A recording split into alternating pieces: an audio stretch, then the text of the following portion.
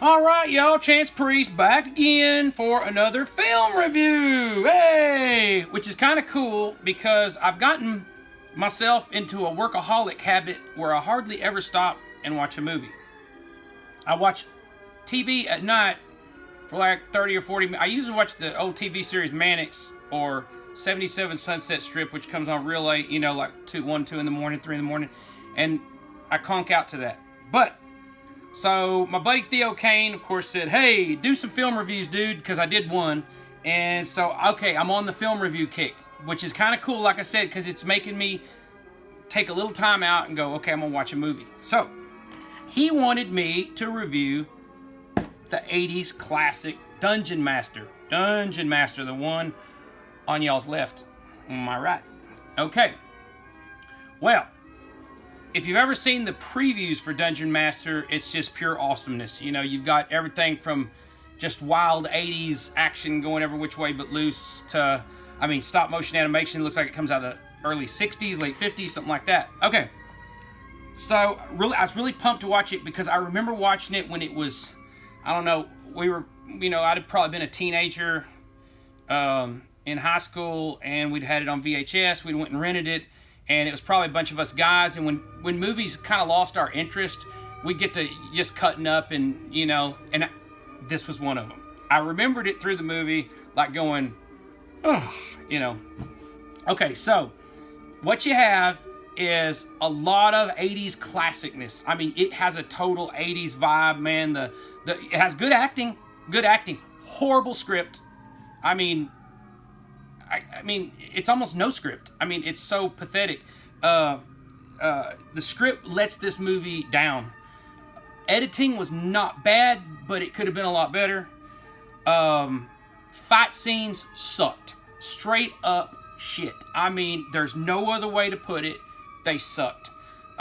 They needed to cut something off the special effects budget and put something on to a fight scene choreographer, because that movie needed it bad. Because, I mean, it was all like, oh, I'm dead. I mean, it was sucked. I mean, it was so bad, y'all. But the sets were like out of this world good.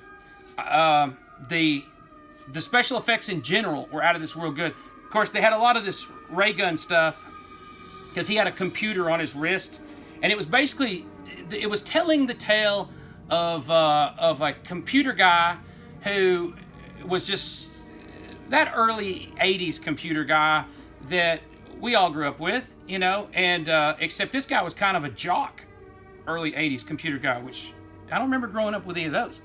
So anyway, but he was like that, and, you know, he was well built, good actor, man. I don't remember the guy's name, but good actor. And anyway, basically gets sucked into the old devil world, and the devil puts him through some tests because out of all the people in the world, this guy tested him, you know. So, which stupid. I mean, let's face it. And I can get far out, man. But anyway, but I can deal with it. I'm like, okay, you know, like I say, when I watch a movie, empty the cup, clear the mind, live it, you know. This one was hard to live. The sets were so good, though. It kept my movie making brain, you know, really on the whole, like, oh, check that out. Look at I wonder what they did there. I hate that when I'm sitting there in a movie and I'm thinking, like, if I've seen it a dozen times, of course I'm looking at every little thing. But the first time, and really, I remembered little bits and pieces. But anyway, so I'm starting to focus on the sets and the special effects and stuff like that. And they had some crap effects. They had this. He had a computer on his wrist and he was doing like laser shots, which really made no sense at all. But because it was, you know, it's basically like your calculator watch, and the laser shots were all drawn animation. So I love that. I love to see drawn animation on the stuff. Of course, you know, it's way before computer, which is always a plus. But they went to different worlds. He went into so many different challenges with different worlds, and most of the time the sets were really, really good. I mean, like, you know, A-budget sets. Total B movie. You know, y'all know those movies that they build you up for this big, here comes the fight, and then the fight's like, dude. And that's exactly what they built you up for, this big old fight, and it is like nothing. But there was some zombies in it. There was some. I mean, there's a little bit of everything. There's little demons and trolls and the devil. And the devil's the old guy, the guy Bull from Night Court. I remember that guy Bull, and he actually was really good. Of course, his dialogue, whoever wrote this shit, I mean, they sucked.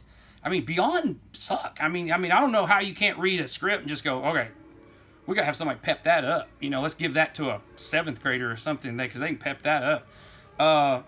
Script sucked. Was it worth watching? Absolutely. Once, because of just the sets, the special effects. There were a few things. I rarely watch a movie, especially a sci-fi horror or whatever, where I don't glean something off. Because y'all know I am a wannabe movie maker, right? So I'm always gleaning all this stuff off. You know, like, oh, I'd love to do that. I'd love to do that. And I've delved into this since I was movie making since I was 17 years old. So I know a little. But anyway, so yeah, I gleaned quite a bit as far as special effects go. I gleaned more what not to do on the I mean, fight scenes to me is everything. I mean, I want a badass. I want to feel like that actor spent 6 weeks in traction from a fight scene. Like, that's where I want to, like, oh shit, that was real. You know, that's where I want to feel. You know, oh, that really happened. He really got hit. Did you see that? You know, I like that feel. So I mean, I've played harder with my kids in pillow fight wars than these people pretended to fight. Anyway, overall, I would definitely watch it.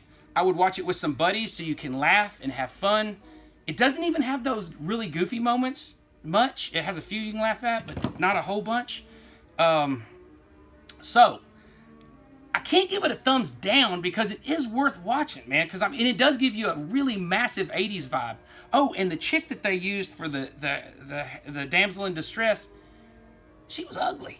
I mean, that's just my taste. I mean, I'm sure there's some people who might think she's not, but man, I mean, there was just nothing really like about it, you know. There wasn't even a bad. There's a claymation, stop motion animation scene where a big idol comes up and he fights. I mean, nothing's been killed easier in the history of movies. That's a giant. Nothing. I mean, it was bad, you know. So, but the scene itself was awesome. The sets, the effects, I think Charles Band did that one. You know, the guy from Puppet Master. But really awesome. But they did have a rock and roll scene with where Wasp, the group Wasp from the 80s, they were actually like demonic characters, and they were going to cut this lady's head off. So, and they were all, you know, doing the whole, you know, and then they, you know, kind of like a rock battle war. Of course, they were killed, you know, from his little wristwatch in a heartbeat. Anyway, hate to give it away, but there's nothing going to get given away that wasn't already given away in this movie. So I always say, when I give a movie, you know, 1 through 10 or whatever, I give it a thumbs up or thumbs down, or one of those, and I give it a thumb in the middle, a sideways thumb, because it definitely has its visual qualities. Overall, as a movie, it sucks, but it definitely has some visual qualities. And I actually watched it. I kind of had fun. So I didn't have anybody with me. I needed some friends. I needed my kids or something where we could make fun and have fun.